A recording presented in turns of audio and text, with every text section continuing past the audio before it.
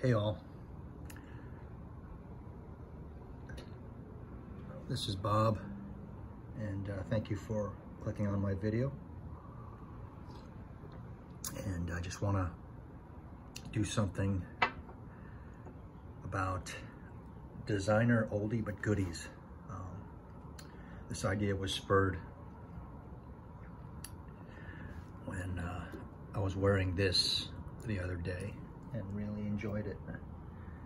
Now this video, there's me, focus. Hey, what's up?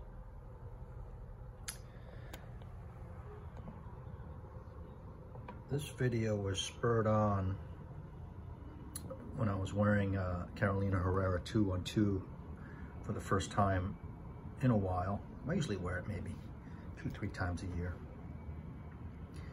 And, you know, I sprayed a good amount on and went about my business and found out that I was glad to wear it, and I missed it a little bit. I didn't want to wear it for the last year or so, or even more, but you look at your collection and you say, oh, I haven't worn that in a while, and sometimes you have to force yourself to wear it, and then you're glad that you did. So it gave me an idea to do a video on designer oldies but gradies that you'll never be without, you'll never sell them. So this video, even though it has to do with maybe not even a frag head, maybe a beginner collector, but also to my friends in the community making content out there, my really good friends that are perfume snobs, niche snobs, and high nose. Thank you for still watching this, but I want you guys to think about, you have designers too. A lot of y'all love designers. Which handful of designers, even though you don't wear them that much because you wear your expensive, high class, quality, niche scents, I understand that, but which ones that you'll never get rid of because they are sentimental, or you love the smell, or, you know, they remind you of things. And I want you to think of that, which one. These are mine in my collection, so also everyone out there, think about the ones that you have, you know, because I don't have a big collection that come under this category. Yeah, and then for the rest of you, even though you've moved on, which ones would you never be without? Let me say a couple of words about 212. This is a tester. And I love Carolina Herrera, the house in general. I've always worn Carolina Herrera. It was my signature scent, Herrera for Men. And I'd say the other one, or the one I love most, is Privé. This is not your average cologne. If you look up the notes to this, or the accords, this freaking has everything power packed in there. The only thing that this is probably missing is like gourmand and leather. It's got florals. For you guys that think that you don't like florals, but you don't know 212, try this woody floral, musky. This is green. I don't love green, but I love this green musky floral.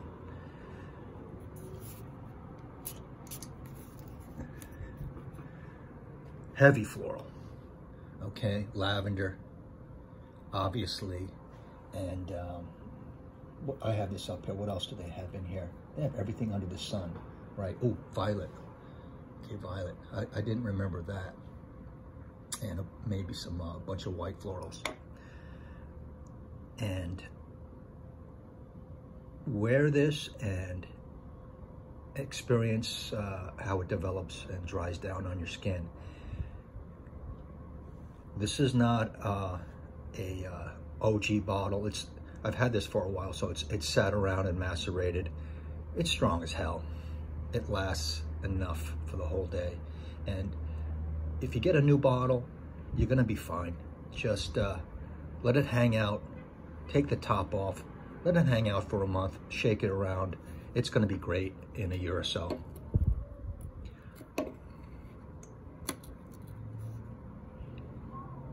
It's a masculine, severely sexy scent. And if you don't believe me, ask the women around you.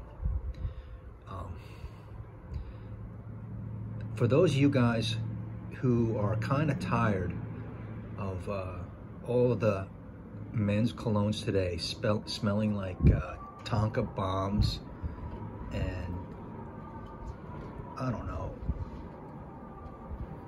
gourmandness and sweet, tobacco, leather, maybe too much, and I recommend going back to the 90s, the late 90s, and revisiting these guys.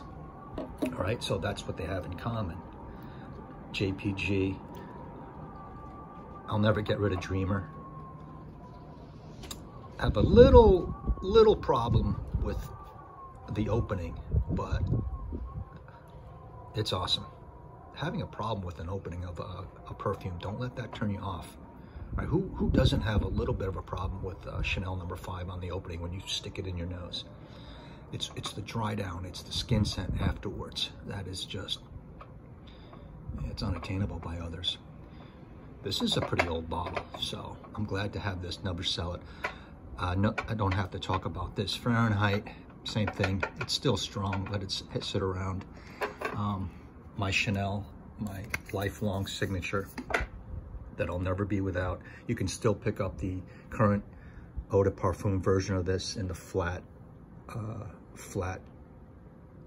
rectangular bottle. It doesn't last long. It doesn't last long. So spray extra, spray tight. But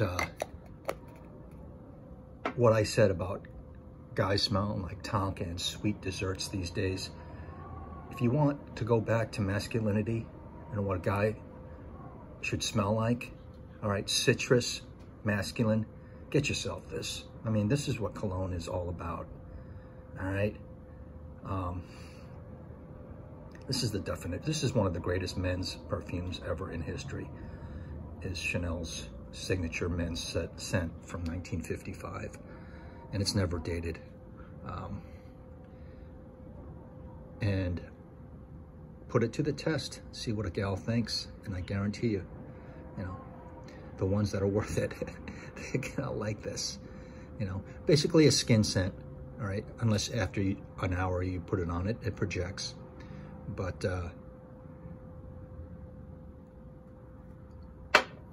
go back and revisit that. That's a sexy man. That's a sexy masculine man, whether he's shaved or unshaven, whether he's wearing a t-shirt or a tuxedo. Pour Monsieur is it. There's maybe 5 other colognes, or if that can match this. Others that have the resume this has, you know? Maybe a Dior or a Guerlain. And the tradition, it's not still around for nothing. This is just outrageous and unique.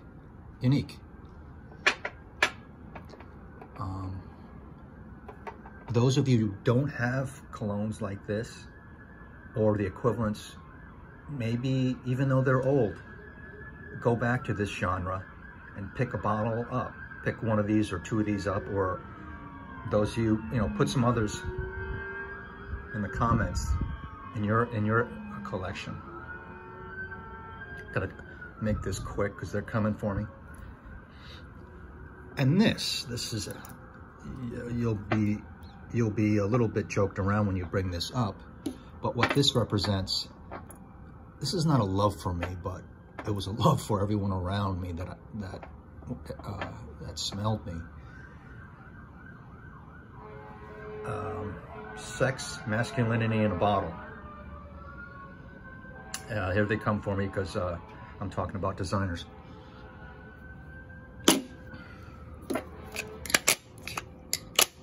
Oh man, it's like a door shutting on a high quality car. but I can't not wear this once in a while, all right? This is a strong like for me. And go, if you're a young man, you're in your 30s or in your late 20s, and say you have a date with somebody, say you're 32 or something, you have a date with a really pretty sexy gal that's in her 40s. You see how good this is by spraying this and see what she thinks, all right? Some gal that's 40 and up. 50, that's a no-brainer. Even though it's very common back in the day, it's not common now, and they're gonna be like, oh my God, it's that smell. And the Francis Kirchen guy, was he a teenager or something when he made this? I mean, what the hell? What the hell? Off the charts. And that's Lamel. You know, I wouldn't be without that. I like this better than Dolce & Gabbana Pour Homme. I have a Italian version of Dolce & Gabbana, but I like this better. The dry down of this, floral, woody, tobacco. This is a sexy Italian. Maybe a little too overstated for me. I'm more of this guy, okay?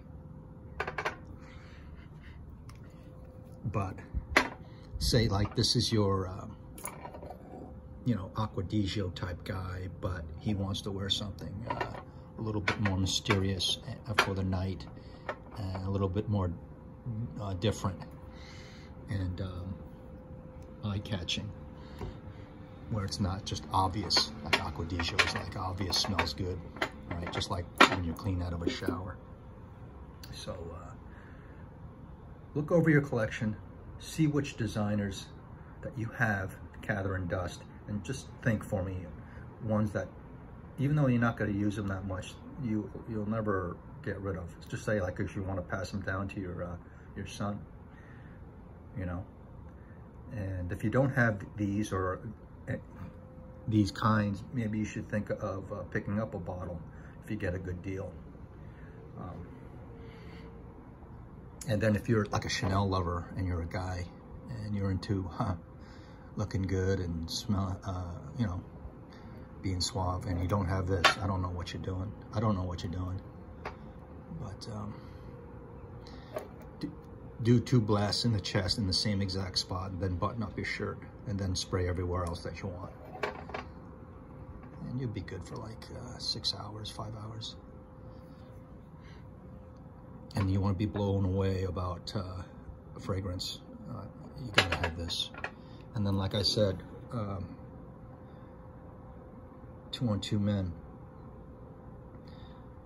I can't think of other designers that have all this in there and it's not a mess.